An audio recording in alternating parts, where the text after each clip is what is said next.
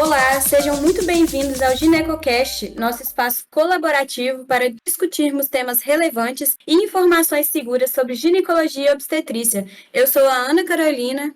E eu sou a Carol. Nós somos estudantes de medicina da Faculdade de Medicina do Mucuri, da UFVJM, e membros da Liga Acadêmica de Ginecologia e Obstetrícia.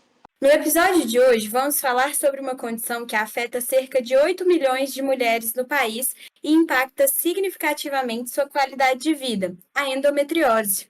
É isso mesmo, Ana. E tem até famosas que já vieram a público falar sobre os desafios de se conviver com essa condição, né? Existe até um documentário bem recente, de 2023. Ele é chamado Endometriose, Minha Dor Não É Normal. E ele traz vozes de diversas mulheres brasileiras que vivem com endometriose em seus mais diversos cenários. E uma dessas mulheres é a atriz Larissa Manoela. Ela recebeu o diagnóstico em 2020 e ela comenta um pouco sobre, né, a experiência dela. E esse curto é muito interessante, ele tem apenas 28 minutos, se não me engano. Ele está disponível no YouTube.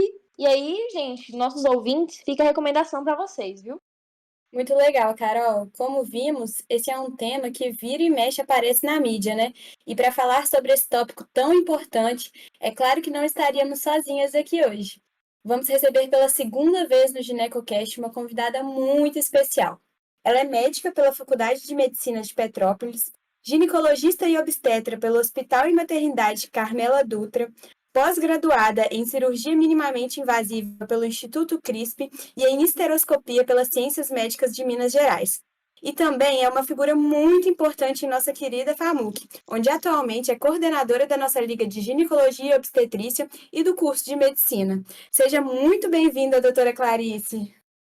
Olá, pessoal. Eu gostaria de agradecer imensamente o convite para falar de um tema tão importante, né, e tão em evidência nos dias atuais, né? Eu não só adoro esse tema, gosto de pesquisar sobre ele, também trabalho muito com ele, né? A endometriose é uma patologia que afeta drasticamente a qualidade de vida da mulher e, infelizmente, né, ainda existe uma tolerância por parte da sociedade, uma tolerância cultural, até científica, para o sofrimento feminino. Então, o que dificulta ainda mais o diagnóstico dessa patologia. Doutora Clarice, então, novamente, seja muito bem-vinda. E aí, para a gente dar início, né, à nossa discussão, para a gente começar, a senhora pode nos explicar o que é, de fato, a endometriose? Então, a endometriose é simplesmente a presença do tecido endometrial, né, que é a mucosa uterina, né, a camada mais interna do útero, é a presença desse tecido fora do útero, que é uma condição anormal, certo? Então, esse tecido implantado em vários órgãos, né, ele pode se implantar na bexiga, no intestino, nos ligamentos uterinos, né? Então, isso vai gerar, o organismo ele vai entender como um corpo estranho, ele vai provocar uma reação inflamatória contra esse endométrio fora do lugar e, com isso, provocar muita dor. E existe hoje alguns cenários que já são descritos como fatores de risco para o desenvolvimento dessa endometriose, né, doutora? Sim, né? A gente sempre pensa assim, né? Quanto maior o tempo de exposição ao estrogênio, é um fator de risco, né? Então, a menstruação, a menarca muito cedo, né? A nuliparidade, as mulheres, ou a primiparidade tardia, o histórico familiar, né? Da doença, alimentação está envolvida, né? Alimentos ultraprocessados, né? Os ciclos menstruais curtos e o fluxo menstrual muito intenso são um dos fatores de risco. Tudo isso muito presente, né, no nosso cotidiano, na nossa vida, hoje em dia. Mas agora, uma coisa que a gente já percebeu, só nesse comecinho da nossa conversa, é que a endometriose, ela muitas vezes pode cursar com dor pélvica intensa. Mas além disso, doutora, existe algum outro sintoma associado a essa condição? Assim, principalmente considerando os diferentes locais onde o tecido endometrial pode estar implantado?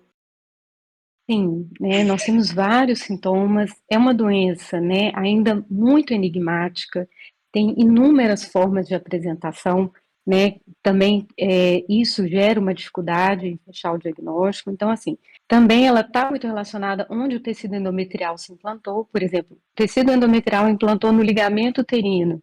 A paciente vai ter dor durante a relação sexual, que é o momento em que há a mobilização do útero e do ligamento, né? O tecido implantou na bexiga, então é aquela paciente que vai muitas vezes ter dor ao urinar, né? Um aumento da frequência urinária, até às vezes sangue, né? Presença de sangue na urina. O tecido endometrial implantado no intestino, por exemplo, é uma paciente que vai ter dor ao evacuar, por exemplo, né? Mas isso acontece mais no período menstrual, que é quando a inflamação gerada pela doença é pior, porque aquele tecido endometrial, ele está produzindo menstruação também fora do lugar. Então, por isso, os sintomas, né, mesmo relacionados aos outros órgãos, eles são mais proeminentes no período menstrual.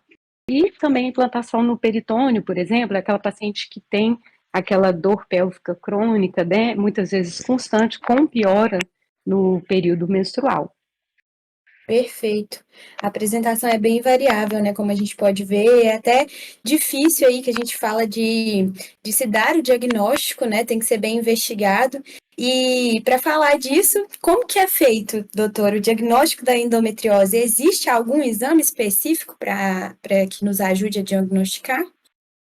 Então, né, essa é uma das maiores dificuldades para os ginecologistas que trabalham com endometriose, né? Porque o diagnóstico definitivo é cirúrgico, né? A gente precisa fazer uma laparoscopia, uma cirurgia por vídeo, né, para identificar o foco endometrial e retirá-lo e mandar para biópsia. Aí nós temos o quê? A comprovação.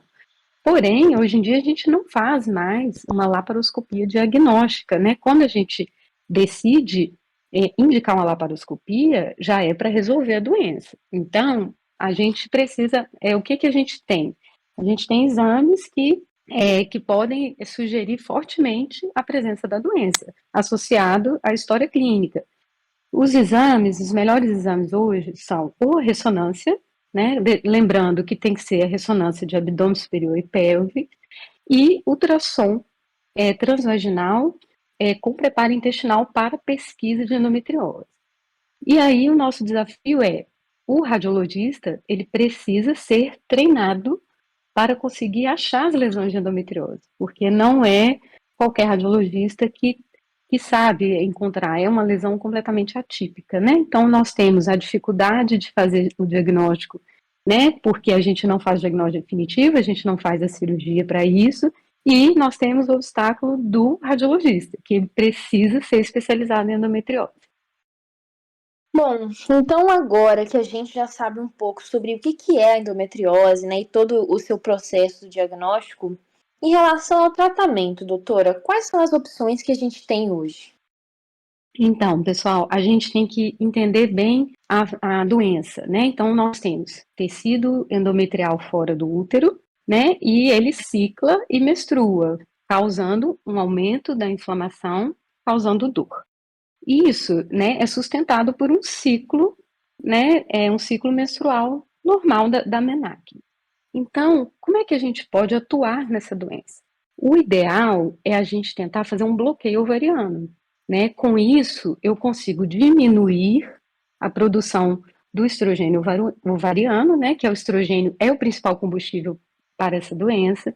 Então, eu preciso bloquear, né? Eu preciso deixar essa paciente sem menstruar, porque quanto mais ela menstrua, mais sintomas ela tem, maior chance de progressão da doença e eu preciso tratar a dor, né? Então, as pessoas perguntam: existe um remédio que vai fazer o foco desaparecer? O foco de endometriose? Não, não existe. Mas a gente tem o tratamento hormonal que a gente consegue deixar a paciente sem menstruar, né? Então, o importante é bloquear a paciente, com isso ela melhora a dor, ela melhora a qualidade de vida, mas a doença está lá. Então, como é que a gente faz isso? A gente pode usar contraceptivos orais combinados, isolados, né, só de progesterona. A gente pode usar análogos de GnRH. O DIU, né, DIU hormonal só de progesterona, ele tira a menstruação. Então, é uma paciente que não vai menstruar, teoricamente, ela não vai ter dor. e o tratamento cirúrgico. São as opções que a gente tem hoje. E por falar então em cirurgia, doutora, quando que ela é necessária? A cirurgia, pessoal, assim, a maioria das pacientes de endometriose, elas não têm indicação cirúrgica.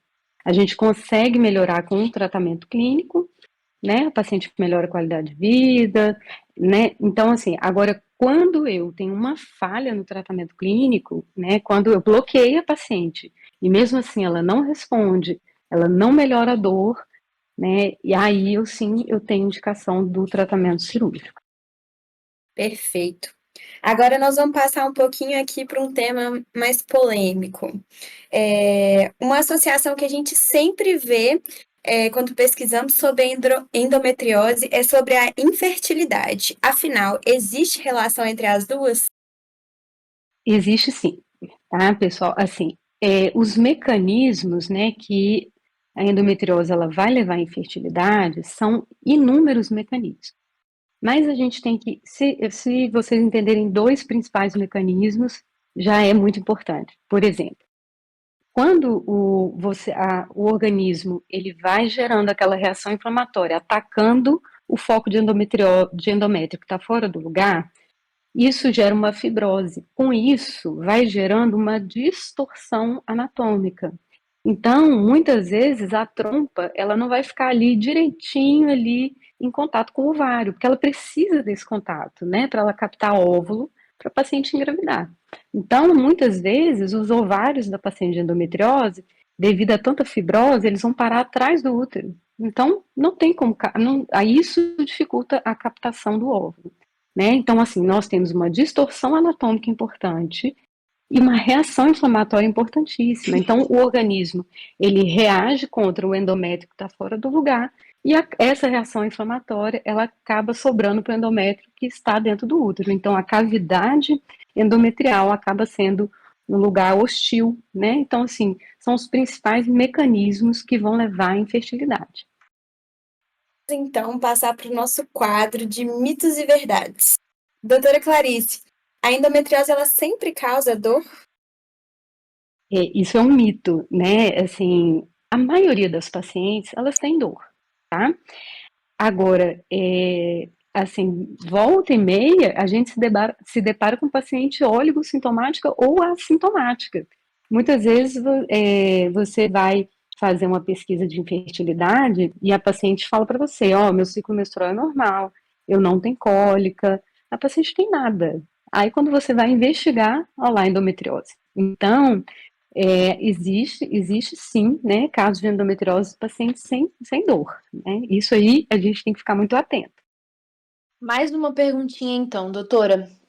Com relação aos anticoncepcionais, eles curam a endometriose? Isso é verdade ou mito? É um mito também, tá? Então, até hoje, a gente não tem ainda uma medicação para curar a endometriose. O anticoncepcional, ele pode fazer um bloqueiozinho ali daquele foco de endométrio e tal, mas a cura definitiva, não. Então, é um verdadeiro mito, né? A cura da doença, ela acontece somente com a cirurgia ou na menopausa, quando a gente já não tem mais a produção de estrogênio ovariano. Doutora Clarice, nossa próxima afirmação é a seguinte: a alimentação, ela pode influenciar nos sintomas da endometriose? Com certeza, né? Isso é uma coisa que eu deixo claro para todas as pacientes. A gente tem uma doença que é inflamatória. Então, se a minha dieta ela é rica em alimentos inflamatórios, como os ultraprocessados, né, carne vermelha, né, chocolate, né, então assim, se você tem uma alimentação rica em alimentos inflamatórios, você tem mais dor, né? Então, assim, geralmente eu encaminho as pacientes para o nutricionista um nutricionista clínico que tem um conhecimento em endometriose, para fazer um cardápio para o paciente contendo mais alimentos anti-inflamatórios. Isso, né, ameniza o quadro de dor da paciente. Doutora, muito obrigada por responder essas perguntas. E agora, para a gente ir dando início às finalizações do nosso episódio, quais as recomendações que a senhora daria para as mulheres que suspeitam ter endometriose? Então, a minha recomendação seria procurar o profissional, né?